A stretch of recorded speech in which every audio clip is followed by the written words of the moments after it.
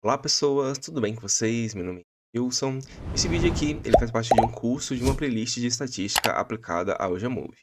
Nesse vídeo de hoje, a gente vai entender como que a gente consegue fazer uma nova de medidas repetidas não paramétricas, também conhecida como a nova de Friedman, ok? Então, nos últimos vídeos que eu fiz aqui nessa playlist, eu ensinei para vocês como que a gente consegue fazer diversos tipos de ANOVA aqui dentro do Jamove. Ensinei para vocês fazerem a clássica ANOVA de Fisher, né, que seria uma ANOVA paramétrica.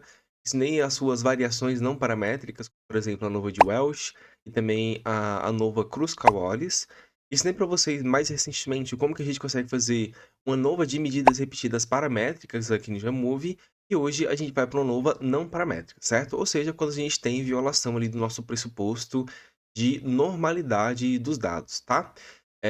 Então, para fazer essa nova vai ser muito simples, tá? Eu tenho aqui uma base de dados bem simples, onde que a gente tem três medidas, né? No qual os mesmos participantes eles foram avaliados nessas três medidas. Então, isso caracteriza para a gente aqui que a gente tem um delineamento de medidas repetidas, basicamente, né? Então, o participante 1 ele fez a prova do PAS, né, que seria a prova de avaliação serial da Universidade de Brasília, que é como se fosse um vestibular. Ele foi avaliado por uma escala de ansiedade, tá, nesse exemplo aqui, tá? Essa escala aqui, né, no meu exemplo, ela tá variando entre 0 a 100 e ela tá escrito como BAI aqui, né? Só que a BAI, que é a escala de ansiedade de Beck, ela na verdade varia entre 0 e 63, mas é só um exemplo aqui, tá bom? Então, esse participante aqui, né, ele foi avaliado pelo BAI antes de fazer a primeira prova, ele foi avaliado pelo BAI antes de fazer a segunda prova, e ele foi avaliado pelo BAI antes de fazer a terceira prova. E a gente quer saber se tem diferença em relação ao nível de ansiedade dos participantes entre cada uma das provas que faz parte aqui da avaliação seriada do PAS, certo? Beleza, então. Então, para isso aqui, a gente vai utilizar uma nova de medidas repetidas. Mas antes, a gente precisa saber se a gente vai usar uma nova paramétrica ou não paramétrica. Para isso, a gente tem que verificar o nosso pressuposto de normalidade. Se você não sabe o que é normalidade, eu já fiz um vídeo aqui explicando sobre o que é um teste de normalidade. Altamente recomendo que vocês assistam antes de assistir esse vídeo aqui, certo? Mas caso você já esteja acompanhando os vídeos aqui da playlist, então é simples, né? A gente vem aqui em análises, exploração e estatística descritiva. Aqui, a gente vai selecionar cada um dos valores da nossa prova, tá? Melhor, do by de cada uma das provas, a gente vai colocar aqui em variáveis, ok? E aí, automaticamente ele vai criar essa tabelinha aqui por default, né? Só que, como sempre, eu gosto de colocar as variáveis em linhas, tá? Para mim, eu acho mais fácil de visualizar. Aqui em estatísticas, a gente vai tirar a omissão, né? A gente viu aqui que a gente tem um N de 300 e a gente não teve nenhuma omissão, certo? Se tiver omissão, recomendo você tratar os dados antes de fazer essa ANOVA aqui, tá? Eu vou pedir aqui, ó, a média, desvio padrão, o mínimo e o máximo eu não vou pedir agora, tá? E eu vou pedir aqui também o intervalo de confiança de 95%, tá? Essas medidas aqui, por enquanto, eu vou deixar, tá? Mas, se os nossos dados eles não derem normalidade, que é o que eu vou testar agora, aí a gente não precisa deles, tá bom? Vou colocar aqui o Shapiro-Wilk, tá? O Shapiro-Wilk, ele é um teste de normalidade onde, quando a gente tem um p-valor que é acima de 0,05, significa que a gente não tem violação de normalidade. Quando o p ele é abaixo de 0,05, aí a gente tem violação de normalidade, que foi o nosso caso aqui. Então, cada uma das nossas variáveis aqui, ou seja, o nível de ansiedade antes de cada uma das provas, deu valores aqui que são abaixo de 0,05, ok? Ou seja, a gente tem violações de normalidade para todas as nossas variáveis. Lembrando que se você tiver violação de normalidade para apenas uma dessas variáveis aqui, você ainda precisa utilizar uma nova não paramétrica, certo? Então, como eu disse, né, a média e o intervalo de confiança, que geralmente são as medidas que a gente utiliza quando a gente vai fazer a descrição dos resultados para uma nova paramétrica, um teste T paramétrico, etc., ele não vai ser útil aqui, tá? Então a gente vai tirar a média, vai tirar o desvio padrão, vai tirar o intervalo de confiança, a gente vai deixar apenas a mediana, e o que eu recomendo vocês utilizarem como medida de variabilidade seriam os valores desse percentil aqui, tá? Então, se vocês clicarem aqui, ó, ele vai calcular o primeiro percentil, o segundo percentil e o terceiro percentil. E representa basicamente 25% dos dados, 50% dos dados, 75% dos dados, tá? O valor de variabilidade que a gente vai utilizar vai ser o intervalo interquartílico, que é basicamente a diferença, ou melhor, o valor inicial, né, que seria o primeiro percentil e o terceiro percentil. Ou seja, o intervalo interquartílico da prova 1 em relação ao BAI, né, seria de 4,75 até 12, tá? Enquanto na prova 3 seria de 78,75 até 91,3, tá? Quando a gente for descrever os resultados, isso aqui vai ficar mais claro para vocês, beleza? E aí, caso vocês queiram também, né, Vocês podem pedir aqui, ó, um gráfico de densidade, né, que ele vai mostrar basicamente a distribuição dos dados para cada um dos dados que a gente tem em relação às provas. E, caso vocês queiram lá na frente utilizar um gráfico para poder descrever esses resultados, vocês podem achar aqui, ó, as opções aqui do Boxplot, tá? Então, eu vou colocar somente os dados e a caixa de dados também. Vou gerar os outliers, tá, gente? Porque o meu tá com alguns outliers aqui que eu não tratei os dados. Mas, ó, aqui a gente tem, basicamente, a mediana, primeiro intervalo interquartílico e o segundo intervalo interquartílico aqui em relação aos nossos dados. E a gente tem isso para cada um dos nossos, das nossas provas, tá?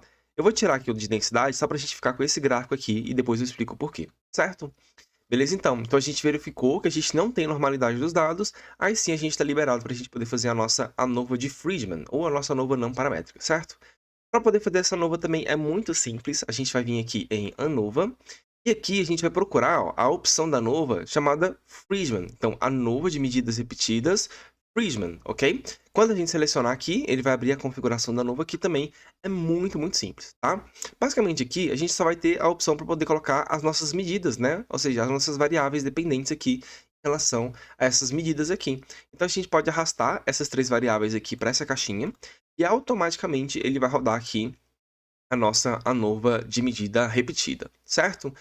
Pontos interessantes aqui, né? Ele não tem, né, no Jamove em si, uma medida de tamanho de efeito, o que é uma pena, tá? Então, a grande maioria dos artigos, eles vão pedir para que você reporte o tamanho de efeito aqui em relação a essa nova, o que é uma grande limitação aqui do Jamove para essa análise aqui, ok?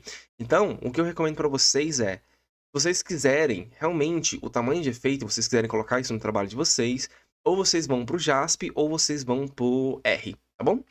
Mas beleza aqui, vamos interpretar o que a gente tem aqui no Jamove, tá? Então aqui ele vai dar o resultado da estatística aqui quadrado, tá? Os graus de liberdade e o p-valor, tá?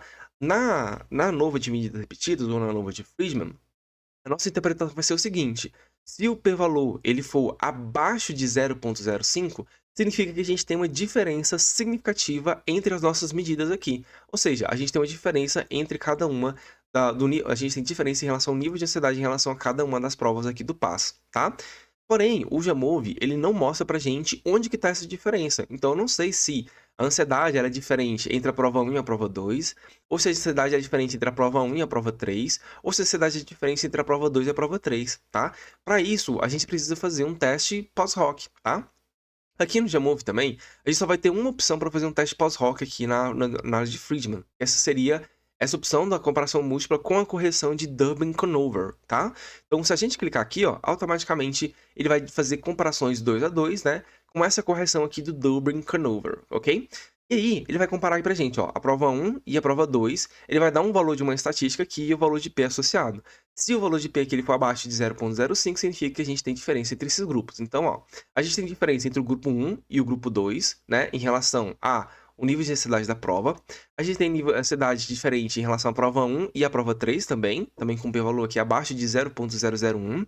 E a gente também tem diferença significativa entre a prova 2 e a prova 3, também com p-valor aqui abaixo de 0,01, tá?